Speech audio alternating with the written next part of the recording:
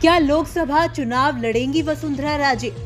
अब राजस्थान छोड़कर केंद्र की राजनीति में ही सक्रिय होंगी महारानी। बेटा या मां, बीजेपी किसे बनाएगी अपना उम्मीदवार? लोकसभा चुनाव की गूंज के बीच वसुंधरा राजे के आम चुनाव लड़ने की बात सामने आई है। कहा जा रहा है कि बीजेपी झालावाड़ बारा से वसुंधरा राजे को अपना उम्मीदवार बना सकती है।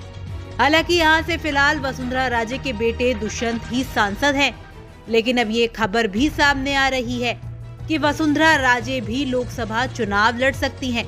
दरअसल बीजेपी की सीसी मीटिंग में शामिल होने दिल्ली पहुंची वसुंधरा राजे ने गुरुवार को वित्त मंत्री निर्मला सीतारमण से मुलाकात की। इस मीटिंग में बीजेपी के प्रदेश अध्यक्ष सीपी जोशी और वसुंधरा के बेटे दुष्यंत सिंह भी मौजूद रहे।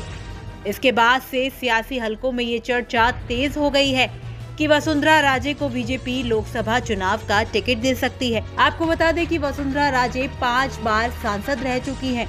उन्होंने अपने जीवन का पहला चुनाव भी आम चुनाव ही लड़ा था।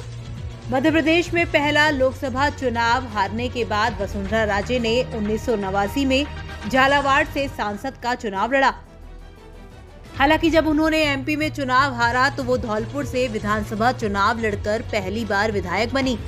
इसके बाद 1989 से लगातार 5 बार वो सांसद रही। वर्तमान में वसुंधरा राजे पार्टी की राष्ट्रीय उपाध्यक्ष है। राजस्थान में इस बार के विधानसभा चुनाव में बीजेपी की सरकार बनी, लेकिन वसुंधरा राजे को इस बार सीएम नहीं बनाया गया।